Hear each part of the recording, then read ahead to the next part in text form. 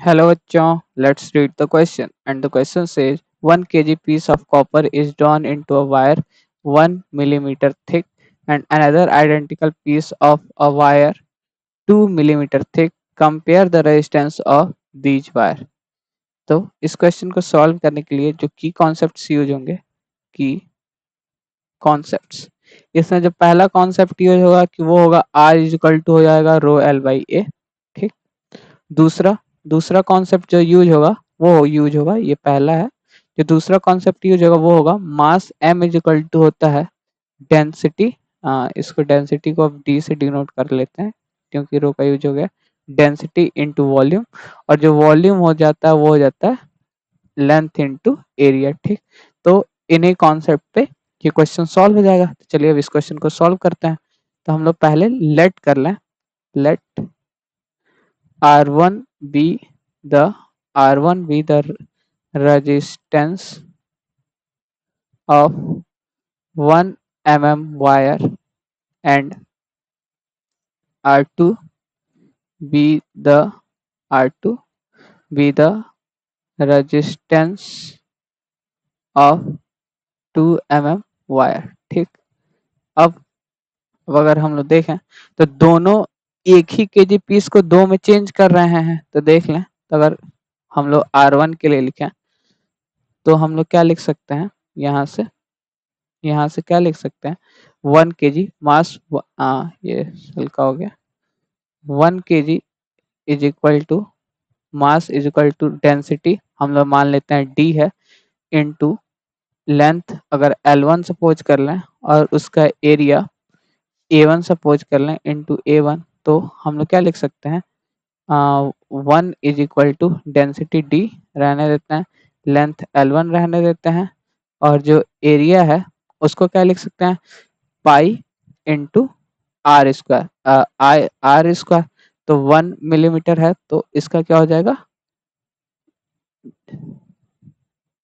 हो जाएगा 1 mm है तो 10 रेज टू ये -3 हो जाएगा और ये क्या लिखे हैं drawn into wire of 1 millimetre thick. तो ये 1 मिलीमीटर थिक है तो ये इसका डायमीटर दिया हुआ है तो डायमीटर क्या हो जाएगा बाई 2 कर देंगे तो 10⁻³ बाई 2 का ये होल स्क्वायर हो जाएगा। ठीक। तो ये हो जाएगा 1 is equal to D into L into pi into ये क्या हो गया 10⁻³ का होल स्क्वायर मतलब 10⁻⁻6 बाई 4 10 ये पाई बाई 4 कर लेते हैं डिवाइडेड बाई 4 हो गया। ये इक्वेशन हम लोग का 1 आ गया। उसी तरीके से अगर दूसरे वायर के लिए बात करें तो उसके लिए हम लोग क्या लिख सकते हैं उसके लिए क्या हो जाएगा 1 kg इज इक्वल टू हो जाएगा density into L2 into A2। उसी तरीके से सेम इसके लिए क्या हो जाएगा D इंटू L2 इंटू पाई ये हो जाएगा 10 ये हो जाएगा 2 इंटू 10⁻³ अपॉन 2 का होल स्क्वायर। ठीक। तो अगर इसके लिए लिखें तो 1 is equal to D into L2 into pi by 4 into ये हो जाएगा 4 इंटू 10⁻⁻6। ठीक। तो यहाँ से ये इक्वेशन 2 हो गया। अब अगर देखें फ्रॉम इक्वेशन 1 एंड 2 हम लोग लिख सकते हैं फ्रॉम इक्वेशन 1 एंड 2 हम लोग क्या लिख सकते हैं अगर देखें तो 1/2 कर दें 1/2 वी गेट तो 1/1 इज इक्वल टू क्या हो जाएगा 1/1 डी से डी कैंसिल पाई बाई 4 से पाई बाई 4 कैंसिल 10⁻6 से 10⁻6 कैंसिल। तो ये हो जाएगा L1/L2 ये हो जाएगा L1/L2 इंटू इसमें देखें तो L2 में 4 का मल्टीप्लाई भी होगा L2 में ये 4 का मल्टीप्लाई। तो यहाँ से देखें तो L1/L2 का जो रेशियो आ गया वो 4/1 आ गया। इसको हम लोग इक्वेशन 3 सपोज कर लेंगे। अब हम लोग रजिस्टर की तरफ चलते हैं रेजिस्टेंस की तरफ। तो अगर हम लोग देखें तो यहाँ से हम लोग को R is equal to rho L by A तो R इजिकल टू होता है रो एल बाई ए। अब सेम मटेरियल का है तो फिर से यहाँ पे रो सेम हो जाएगा जिससे इससे डेंसिटी सेम हुआ था। तो हम लोग R1 क्या लिख सकते हैं R1 is equal to row L1 upon A1 R1 को और मॉडिफाई करके लिख लें तो R is equal to L1 A1 को लिख सकते हैं पाई डी स्क्वायर बाई 4। ठीक। तो इसको R1 को थोड़ा और मॉडिफाई करते हैं तो रो L1 पाई डी स्क्वायर, ये 4 हो जाएगा, 4 ऊपर चला गया। तो सिमिलरली ये इक्वेशन को 4 ले लेते हैं।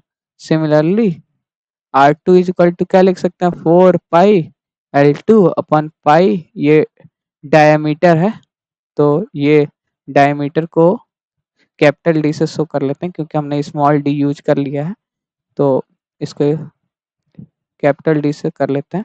ये हो जाएगा कैपिटल डी वन स्क्वायर, तो इसी तरह से ये कैपिटल D2 का स्क्वायर हो गया। ये इक्वेशन 5 हो गया।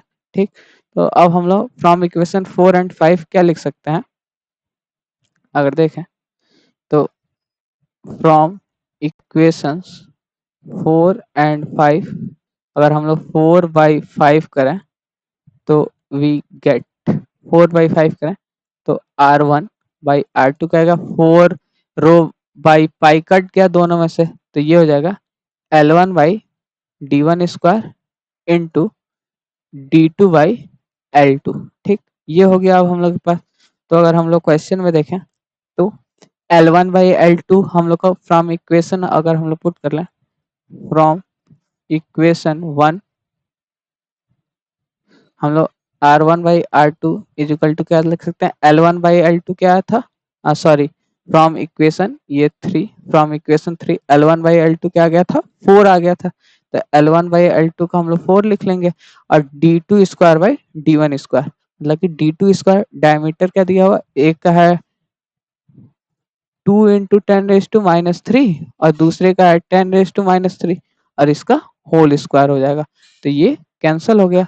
तो R1/R2 क्या आ गया हम लोग का, 2 2 जा 4 एंड 4 4 जा 16/1। तो हम लोग से क्वेश्चन क्या पूछा था, compare the resistance of these wire, तो हम लोग का क्या हो गया, R1:R2 क्या आ गया, हम लोग का आ गया 16:1, यही हम लोग का कंपेरिजन हो गया। So the final answer is the ratio of the wire R1 is to R2 is 16:1. Hope you understand it well. All the best. Thank you.